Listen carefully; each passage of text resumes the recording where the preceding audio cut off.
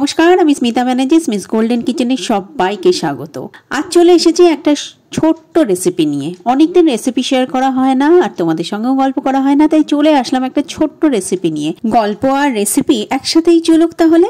শুভ সকাল, আশা করি আমার পরিবারের বন্ধুরা সবাই খুব ভালো আছে।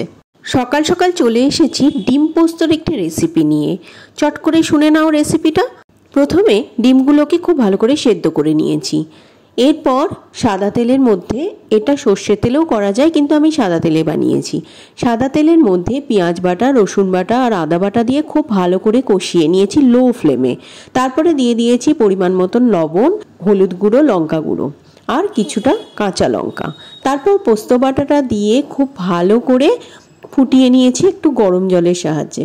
তারপর দিয়ে দিয়েছি ডিমগুলোকে। ঢাকা চাপা দিয়ে 5 থেকে 7 মিনিট রান্না করলেই কিন্তু তৈরি ডিম পোস্ত। অসাধারণ খেতে হয়, আর এই ঠান্ডার দিনে গরম ভাতের সাথেও যেমন ভালো লাগে, সেই রকম কিন্তু ডিনারে রুটি বা পরোটার সাথে কিন্তু অসাধারণ লাগে।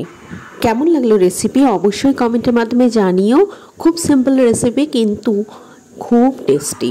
সামনে ক্রিসমাস, আশা করি সবার নতুন নতুন প্ল্যান আছে। অবশ্যই কমেন্টের মাধ্যমে এটাও জানিও তোমাদের কার কী প্ল্যান। আমার প্ল্যানটাও সবার সঙ্গে শেয়ার করে নেব। আজ এই পর্যন্তই। সবাই খুব ভালো থেকো, সুস্থ থেকো আর অবশ্যই খুব আনন্দে থেকো।